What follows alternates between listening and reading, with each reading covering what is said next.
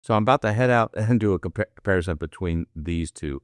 You have the Vivo X300 Pro. This is a 2.35 times zoom lens versus the Canon. This happens to be a EOS, what is it, a 200? Yeah, 200D with a Tamron 18 by 400 millimeter lens. So quite a bit of difference in setup.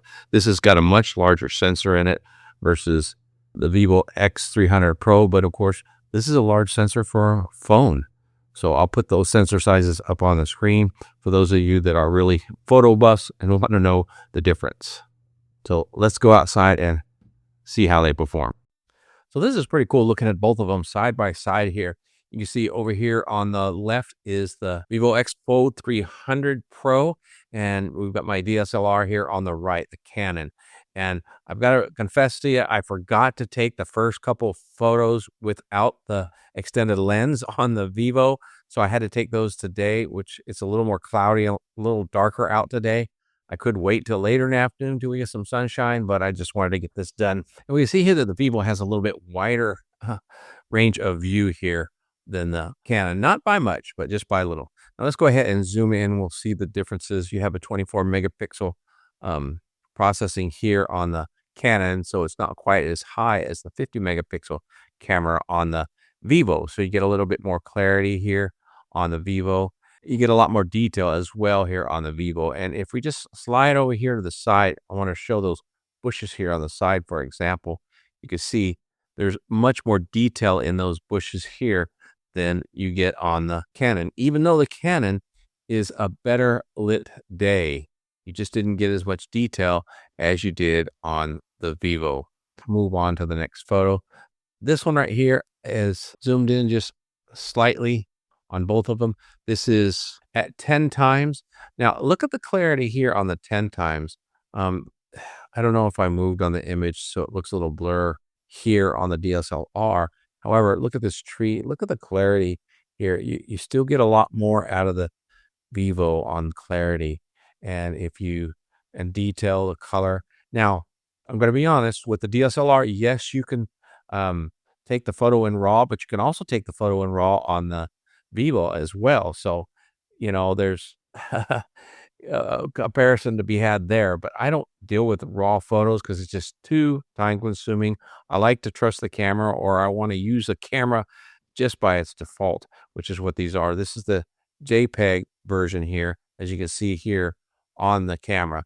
The CR2 version is just a little bit paler and needs to be processed, but I just don't have the software to process it, nor do I want to take the time. So this is what you get. So it's a little clearer image here, I guess, and more colorful on the Vivo, although I can adjust the color here on this real simple in processing, which would make it a little bit better, but not going to make it any clearer. You can see more detail here in the Vivo. So the Vivo beats it, I think, on basic photos. So now let's go here. This is the zooming in a little bit. I believe it's like 200 meters. Let's take a quick look at the details on these photos here. This thing is 91 megabytes in size, so that's a pretty good size, and 6,000 by 4,000 pixels.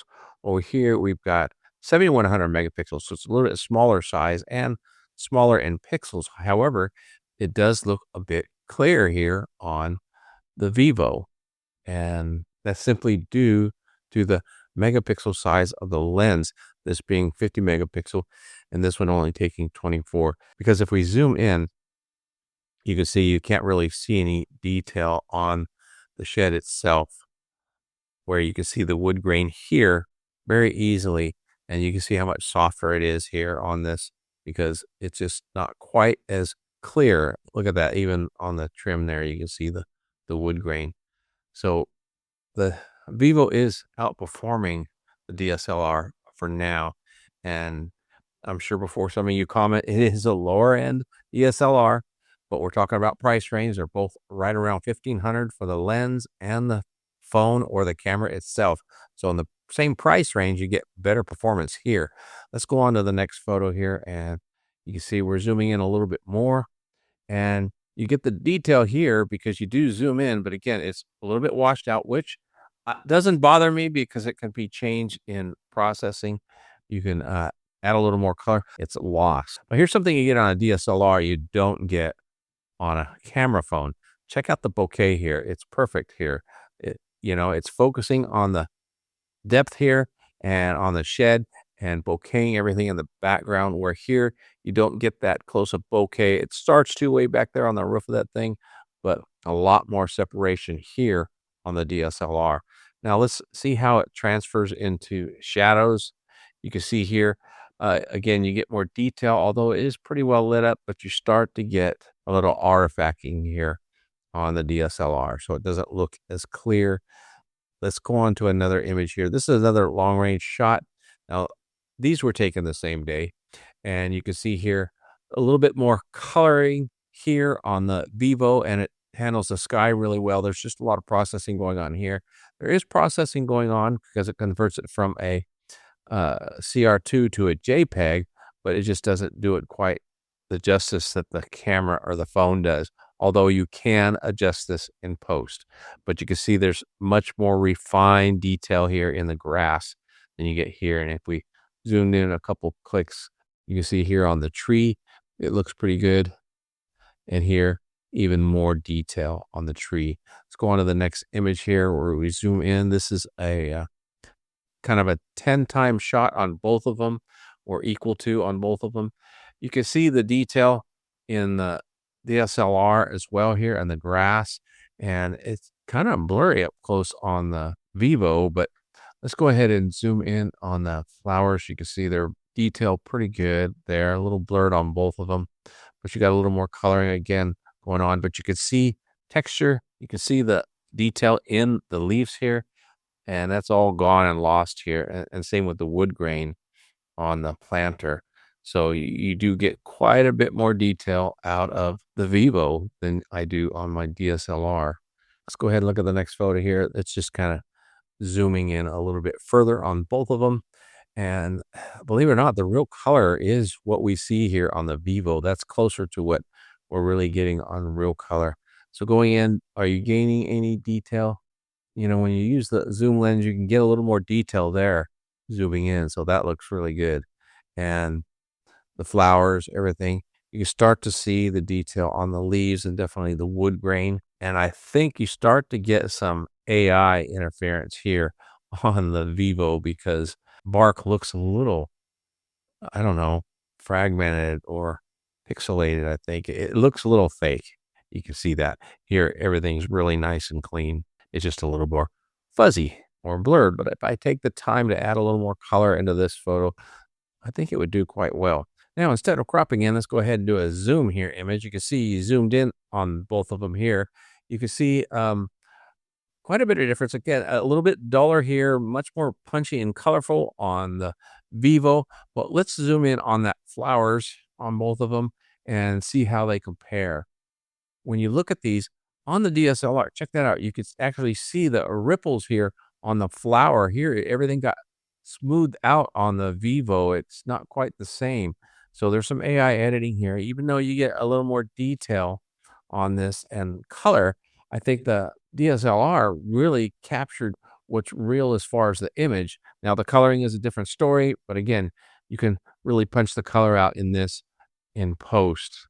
But when it takes that 400 millimeter zoom, I think the DSLR does quite a bit better to capture the real image, and it actually starts to, I think, bokeh the fence in the background just a little bit. That's why it looks a little blurred there, or it's not the image, it's the bokehing, which you get none of that here on the Vivo. So there you go. With the modern day technology on these cameras, you can get a lot of good imagery out of them, but you are going to have a lot of interference with the AI, which you can turn off, by the way, but you will still get image that doesn't quite match up to a true DSLR. So in this scenario, the Vivo, I think, did outperform the Canon with the zoom lens, but this is an entry-level camera, being the EOS 200D. You can get mirrorless, you can get really high-end cameras, and you can spend a lot of money. This setup right here is probably around $1,500, which is probably about the same as the price as this setup. So we're comparing dollar for dollar on this video. So between the two, you actually get better performance, in my view, on this Vivo X300 Pro with the photo extender kit.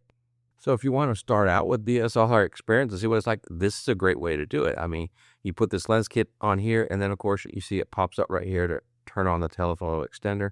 There you go. Now you're pretty much in DSLR mode. Of course, this thing doesn't have the range I have on this, being able to go down to 17 millimeters and get a really close-up wide shot. Not something you could do with this lens, but you simply take the lens off, and then you could do it with the camera itself or the phone camera. So you can get more range on this phone than you can on that camera when you combine the two. And as you can see here, this thing with this trigger right here, you can zoom in and zoom out, which is really cool. Check out the detail in that drawing. Isn't that great? So you can actually zoom in and zoom out with this control right there, which is really neat. And of course, you can hold this in. So let's say it's not focused. You go up and you hold it down partially, and it will focus in on what you're pointing at, which is really great. Then you go ahead and press down and take the photo. So it works a lot like a DSLR. And this slide right here, you can brighten the image and you can lighten it. I mean, these are really got some great DSLR features.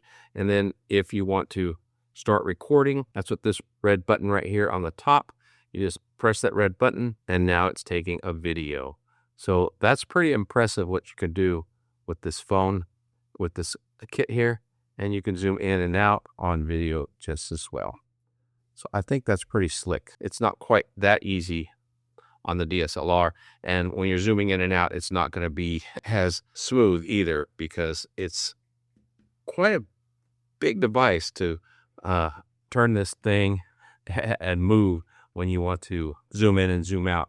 You're not going to be as steady because it's really hard to hold still, zoom in and out. So this you're going to have to put on a tripod more often than you would something like this setup. Now, I didn't use the lanyard in my review or looking at this thing at all, because I really just don't care for a lanyard on something this small. However, if you do, you can set it up here, and I may set it up just to do so, but simply, I'll go ahead and do it. We'll set this one up real quick. It has this really neat setup here. You just press this thing and you pull out this little bulb here, and you just slide it through this little port. It's kind of hard to see here, and it should just pop out the other side. Problem is I got these fat little fingers here, and it's hard to see it and make sure that it's doing it. But anyway, you push it through, and it should pop out. And then you just take this thing, and actually it just snaps right into place. Just boom, right there. Take this other one, and it will just snap right into place. Just like that. There you go. Now you have your lanyard. It hangs really, really low. Now, something I want to point out here on both of these, might as well do it here on both since I'm there, is the camera. You just barely see it. And I think there's a dot right there. It's faint. It's hard to see, but there's a line-up dot, just like you do with your DSLR cameras. And you can see the white dot on this thing here. You just take that white dot, line it up, and you can see it falls right into place and turn, and you can hear it click, and it clicks right into place, which is great. And then same thing with this lens here. You've got the white dot right there on the lens, and now you've got the white dot right there on the connector. You can see it. You just take and line the two up. See there, and twist, and it clicks right into place. So that's the best way to put it on, and you know you're putting it on there. And then with this piece right here, it's real simple. You just take, and when you're holding your camera like so, you know, this right here, this piece right here fits right in that spot like so. So you take and you just line it up with the USB port and clicks right in. Now you've got your whole camera set up right there. Now it's interesting, they got a carabiner right here. What would you use that for? Oh, check that out. So if you want to take this one off, you could actually take this off with the carabiner. I'm glad I just noticed that. That's pretty slick. That was smart. Now you've got yourself a wristband. Check that out. That is probably how I will do it, folks. use that wrist carrier. That way you don't have to worry about dropping it. That very, very smart, Vivo. Very, very smart. I like that idea. Now, of course, having the double leverage here and carrying it is probably a little more secure, but if you're just walking around with your camera like this all the time, you know, I really like this idea. So kudos to Vivo for figuring that one out. So this thing is very, very versatile. And, you know, it's a lot easier to carry something like this. This is huge. This is very heavy compared to this. But again, I keep going back to, even if you're a pro camera user and you want to have something that works really well when you're out and about, this is incredible. I believe I'm going to use it exclusively on my next road trip out in nature, and I think it's going to perform really well. Now it's time to hear from you. What do you think about this setup? You know, have you used a DSLR before? Are you one that's looking at moving into the DSLR life? I mean, is this something you would consider? I mean, I don't think you can really get a better entry-level DSLR experience than with this at $1,500. I think for starter, if you're going to get yourself a really nice DSLR mirrorless camera, you're going to spend that $1,500. But if you got to get a good one, you know, get into Sony and these other brands, you're going to be up there around $6,000-$7,000. And then there's the lens on top of it. But that is the versatility with a DSLR, is you can put many different lenses on it. So let's get back to hearing from you. What do you think? If you got something out of this video, do me a favor, smash that like button down below. And GOT, just to let you know, we do a lot of reviews on accessories, phones, tablets, and all kinds of geeked out products. So you want to make sure you check us out and subscribe to the channel if you haven't already, so you don't miss out on great content. Until next time, have a wonderful day and God bless.